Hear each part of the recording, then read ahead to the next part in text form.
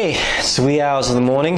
Just got back from the studio, and I have my best friend slash personal slave slash personal chef cooking me some Maggie mee, or cooking us some Maggie mee before we go to bed.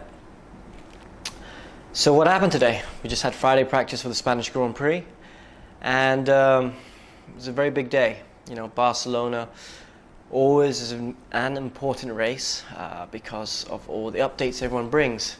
You know, and if you can bring updates that give you more performance over your rivals, you can make a good gap or a good gain on everyone else and try and shuffle up the order.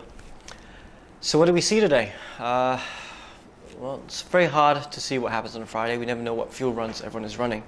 But so far, from what I could see, I think Sauber made some good gains. Who else? I think McLaren made some good gains. And Lotus also. And Red Bull a little bit as well. But I think the team that made the most gains, unfortunately for the neutrals, will have to be Mercedes-AMG Petronas. They looked very good indeed. You know, they dominated both practice sessions like they've done the whole year. But I must say that Hamilton was even more impressive than usual. You know, his practice 2 fastest lap on the medium tyre was second quicker than the next non-Mercedes-AMG Petronas car, which was Ricciardo in the Red Bull.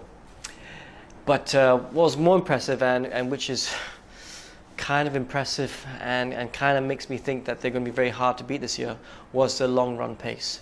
Hamilton was consistently quicker than everyone else. And I think he might even be more than a second quicker, maybe even as much as 2 seconds quicker on those tyres, on the long runs. Presuming, of course, everyone was running the same fuel loads, which we kind of think they are. So who can beat him this weekend? Really, I think it's going to be down to his teammate again, Rosberg.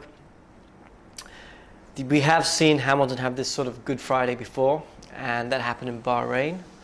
And when that did happen, we did see that Rosberg made some good gains overnight, and he actually pipped Hamilton to pole position on the Saturday. This could happen tomorrow, but I don't think so. From what I saw with Hamilton's driving, he was, you know, there was a lot of correcting with the car, like it is the case with everyone else on the field. You know, these new powertrains are very tricky to drive, a lot of torque. But what made Hamilton different was he was definitely doing it a step in front of everyone else, meaning that he was catching the slides a little bit before they happened. So though there was still a lot of work with the steering wheel, the car was not moving as much, and that just showed a car that showed a driver with good confidence in what the car was about to do. So he was very much ahead of the car. So he was driving the car, whereas when you see a lot of the other drivers struggling with a bad setup, the car's kind of driving them.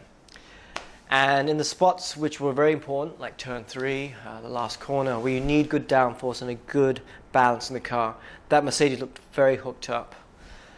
So he looks very good for tomorrow and Sunday. And it's going to be down to Rosberg to close the gap. We've seen him do it before this year, and I think he can certainly close the gap. But he's going to have to find something special, I think, if he wants to beat Hamilton for pole tomorrow. All right, guys, see you tomorrow. Bye.